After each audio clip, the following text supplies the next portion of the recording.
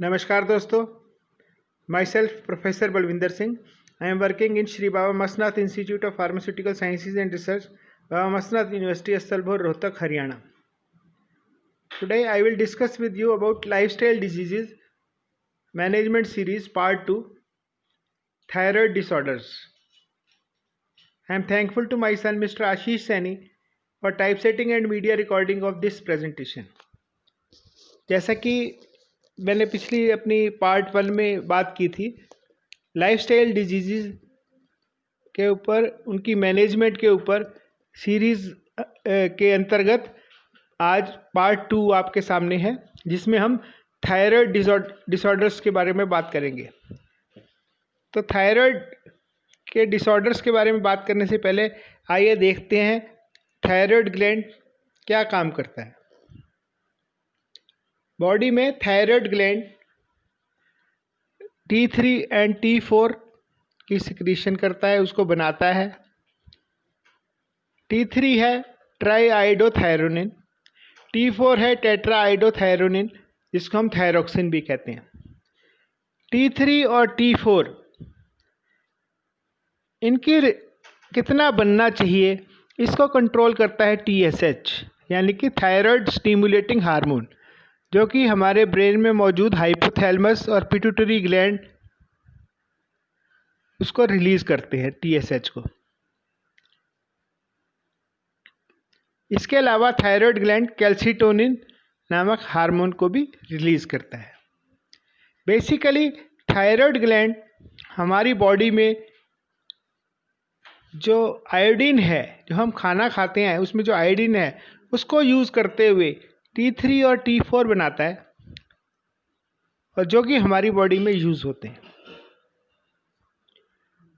कैसे और क्या यूज़ करते हैं, थायराइड ग्लैंड का फंक्शन क्या है, तो आइए बात करें. Thyroid gland helps in the metabolism of protein, carbohydrate and fats. ये मेटाबॉलिज्म क्या होता है? मेटाबॉलिज्म यह है, जो हम खाना खाते हैं उसमें जो एनर्जी प्रोड्यूसिंग पार्ट है वो है प्रोटीन, कार्बोहाइड्रेट और फैट्स. वो डाइजेस्ट हो जाता है, बॉडी में एब्जॉर्ब हो जाता है. उसके बाद एब्जॉर्प्शन के बाद अभी बॉडी को एनर्जी नहीं मिली है, एनर्जी मिलती है मेटाबॉलिज्म से, क्योंकि मेटाबॉलिज्म में प्रोटीन, कार्बोहाइड्रेट, फैट्स बर्न होते हैं. और it is not exactly burning, but it is a process जिससे कि एनर्जी प्रोड्यूस होती है. बर्निंग से याद आया कि ये वैसे ही है जैसे हमने खाना खाया तो प्रोटीन, कार्बोहाइड्रेट और फैट्स हमारी बॉडी को अवेलेबल हुए. ये वैसे ही है जैसे कि हमने गैस का सिलेंडर लाके 10 गैस के सिलेंडर लाके रख दिए, या 1 क्विंटल लकड़ी या कोयला लाके घर में रख दिया, तो उससे खाना तो नहीं पकेगा. खाना पकाने के लिए उसको जलाना पड़ेगा, चूल्हे में लगा के जब आग लगेगी तो उससे खाना पकेगा. तो उसी तरह से ये प्रोटीन, कार्बोहाइड्रेट और फैट्स डाइजेशन के बाद उसका मेटाबॉलिज्म होता है, जिससे कि एनर्जी प्रोड्यूस होती है.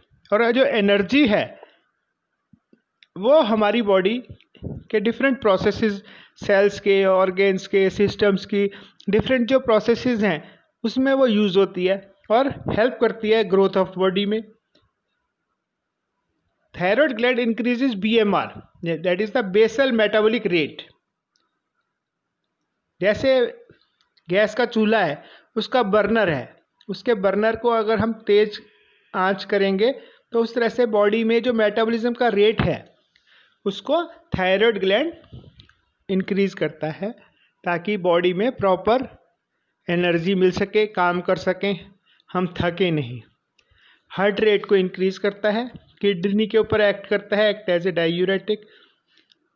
T3, T4 के अलावा जो कैल्सिटोनिन है उसका फंक्शन क्या है कि वो ब्लड से कैल्शियम के लेवल को कम करता है और उस कैल्शियम को बोन्स में डिपॉजिट कर देता है, जिससे कि बोन्स जो है ज़्यादा मजबूत होती हैं. तो कैल्शियम को बोन्स में डिपॉजिट करता है. That is the function of calcitonin. जब हम थायराइड ग्लैंड के डिसऑर्डर्स की बात करते हैं तो हम बेसिकली T3, T4 के बारे में बात करते हैं. और क्या अगर हम बात करें कि भाई डिसऑर्डर क्या हो सकता है, थायराइड ग्लैंड या तो काम करने में उसमें कमी आ जाए, या वो ज़्यादा काम करना शुरू कर दे। जैसे पंखा है, या तो पंखा ख़राब हो जाएगा तो बिल्कुल स्लो चलना शुरू हो जाएगा, या वो बहुत तेज़ चलेगा, वो धीरे नहीं होगा। तो उसी तरह से थायराइड ग्लैंड के डिसऑर्डर दो तरह के होते हैं, एक है हाइपरथायराइडिज्म और दूसरा है हाइपोथायराइडिज्म। हाइपरथायराइडिज्म में हाइपर मतलब ज़्यादा, थायराइड जो हार्मोन है वो ज़्यादा रिलीज होता है, जिसकी वजह से बॉडी में बहुत सारे चेंजेस आते हैं, मेटाबॉलिज्म रेट वगैरह बढ़ जाता है, वो हम अभी आगे देखेंगे। हाइपो मतलब कम, स्लो, जो थायराइड हार्मोन है वो कम निकलता है, ज़रूरत से कम निकलता है, हाइपोथायराइडिज्म। और उसी का एक पार्ट है हमारा गॉइटर जिसे कहते हैं। तो आइए बढ़ते हैं आगे। हाइपरथायराइडिज्म किसी को है या हाइपोथायराइडिज्म है, थायराइड जो ग्लैंड है वो हाइपर काम कर रहा है या हाइपो काम कर रहा है, ज़्यादा काम कर रहा है या कम काम कर रहा है, तो क्या सिम्टम है। तो फर्स्ट ऑफ ऑल हम हाइपरथायराइडिज्म सिम्टम्स की बात करते हैं। हाइपरथायराइडिज्म में पर्सन को will take increase food intake हो जाता है, एपिटाइट बढ़ जाता है, भूख बढ़ जाती है। Person was hyper active, normal से ज़्यादा एक्टिव रहता है, रेस्टलेस, वेट लॉस हो जाता है, पाल्पिटेशन बढ़ जाती है, हार्ट रेट बढ़ जाता है, हीट इंटॉलरेंस होती है, गर्मी नहीं सहन कर पाता, लूज मोशन लग जाते हैं। अब जब इतना ज़्यादा हाइपर एक्टिव होगा तो थकावट हो जाती है, टायर्डनेस हो जाती है। देन पॉलीयूरिया है, ज़्यादा यूरिन पास होता है, लॉस ऑफ लिबिडो है। तो ये सारे सिम्टम्स हैं जो कि ये शो करते हैं कि पर्सन में भी हाइपर थायराइडिज्म का शिकार है।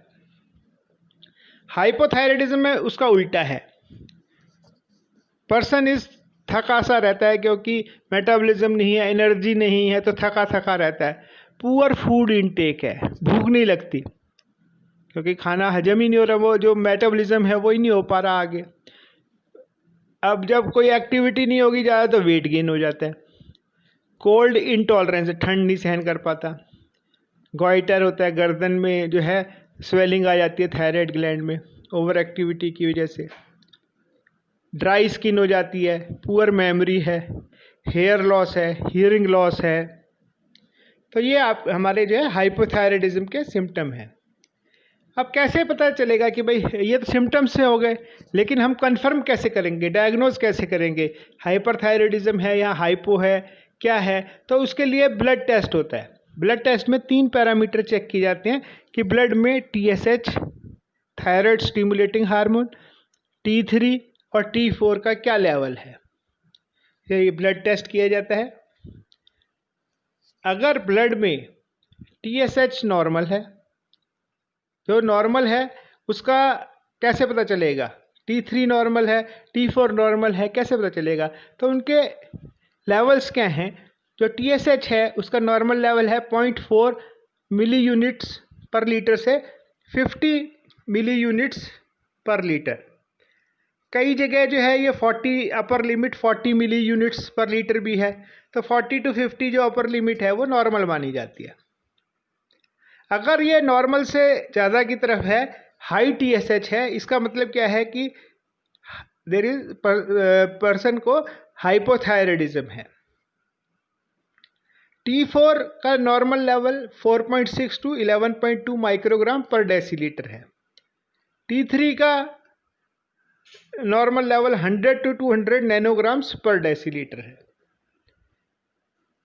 अगर किसी पेशेंट में, पर्सन में ब्लड में जो चेक होता है TSH, T3, T4, अगर TSH लो है और T4 और T3 हाई है, इसका मतलब है कि पर्सन को इज सफरिंग फ्रॉम हाइपरथायराइडिज्म।